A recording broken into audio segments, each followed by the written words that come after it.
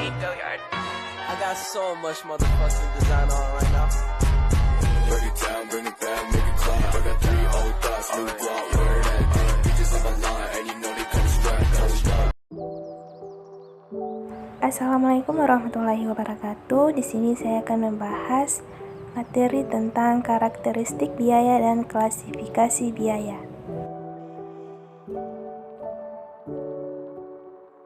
Biaya adalah suatu pengorbanan atau juga pengeluaran yang dilakukan oleh suatu perusahaan atau juga perorangan yang bertujuan ialah untuk dapat memperoleh manfaat lebih dari aktivitas yang dilakukan. Perbedaan cost dan expense. Cost adalah suatu biaya dalam arti pengorbanan atau juga pengeluaran yang dilakukan oleh perusahaan atau juga individu yang berhubungan langsung dengan output atau produk yang dihasilkan oleh perusahaan atau perorangan. Sedangkan expense adalah suatu biaya yang dikeluarkan oleh suatu perusahaan atau perorangan yang bersifat ialah sebagai aktivitas pendukung saja. Kemudian ada perilaku biaya. Husen dan juga Moen mengemukakan bahwa perilaku biaya adalah istilah yang umum menggambarkan suatu perubahan biaya pada saat tingkat output itu berubah. Biaya yang tidak berubah pada saat output berubah disebut dengan biaya tetap. Biaya variabel di sisi lain adalah suatu peningkatan biaya dengan secara total pada saat terjadi suatu peningkatan aktivitas output dan juga penurunan biaya dengan secara total ketika terjadi suatu penurunan kegiatan output. Kemudian ada jenis-jenis biaya. Jenis-jenis biaya digolongkan menjadi dua, yaitu jenis biaya berdasarkan tujuan pengambilan keputusan dan jenis biaya berdasarkan perilaku.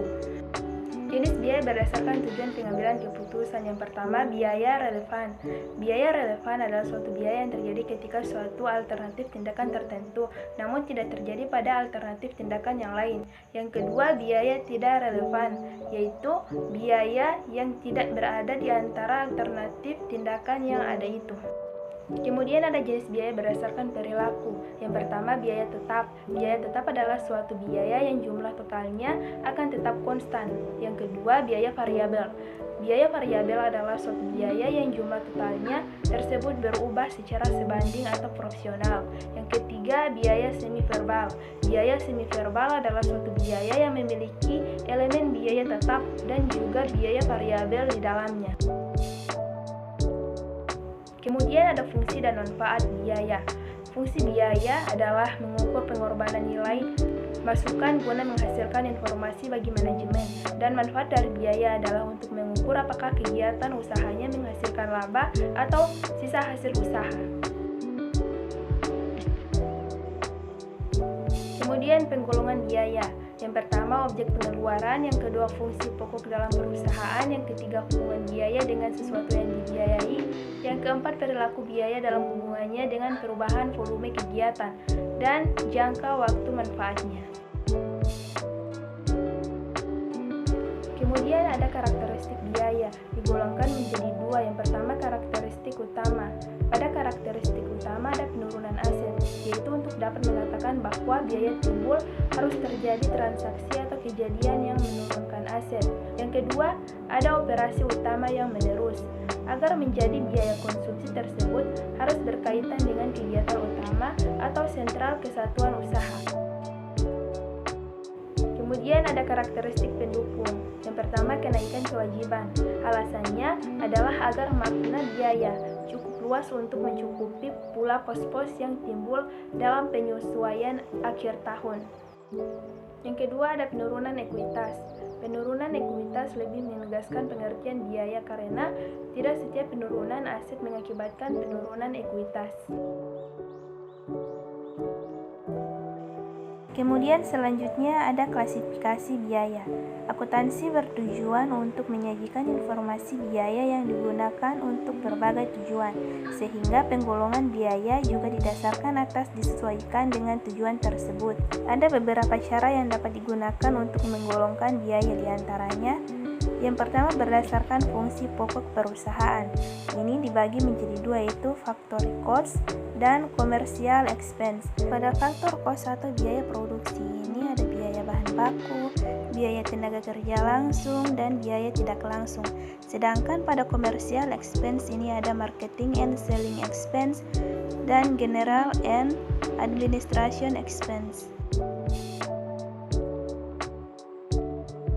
Yang kedua, berdasarkan periode akuntansi. Ini digolongkan menjadi dua. Yang pertama, capital expenditure atau pengeluaran modal. Pengeluaran ini akan memberi manfaat pada beberapa periode akuntansi. Jenis pengeluaran ini dikapitalisir dan dicantumkan sebagai harga perolehan. Yang kedua, revenue expenditure atau pengeluaran penghasilan. Pengeluaran ini akan memberi manfaat bagi periode akuntansi di mana pengeluaran ini terjadi. Pengeluaran ini menjadi beban pada periode tersebut. Yang ketiga, berdasarkan pengaruh manajemen terhadap biaya. Ini ada biaya terkendali, adalah biaya yang secara langsung dapat dipengaruhi oleh seorang manajer tingkat tertentu dalam jangka waktu tertentu. Kemudian ada biaya tidak terkendali, yaitu biaya yang tidak dapat dipengaruhi oleh seorang manajer atau pejabat tingkat tertentu. Kemudian yang keempat ada karakteristik biaya dihubungkan dengan keluarannya, yaitu ada biaya inherent, adalah elemen biaya yang mempunyai hubungan fisik yang eksplisit dengan output. Kemudian ada biaya discretionary, biaya yang disebut juga managed cost atau programmed cost, adalah semua biaya yang tidak mempunyai hubungan yang akurat dengan output.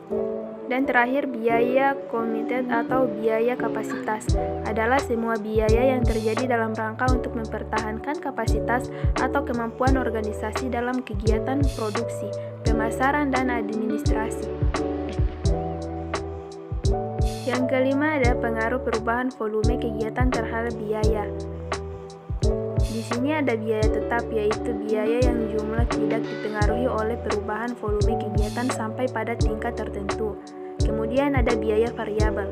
Biaya variabel mengasumsikan hubungan linear antara biaya aktivitas tersebut. Dan ada biaya semi-verbal, yaitu biaya di mana jumlah totalnya berubah sesuai dengan perubahan volume kegiatan, akan tetapi sifat perubahannya tidak sebanding atau proporsional. Yang keenam, berdasarkan objek yang dibiayainya. Di sini ada biaya langsung. Biaya yang terjadi atau manfaat dapat didefinisikan pada objek atau pusat biaya tertentu.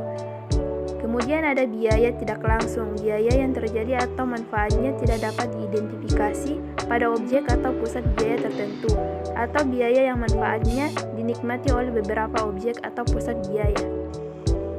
Baik, itulah materi yang bisa saya sampaikan. Bila ada kekurangan, mohon maaf. Wassalamualaikum warahmatullahi wabarakatuh.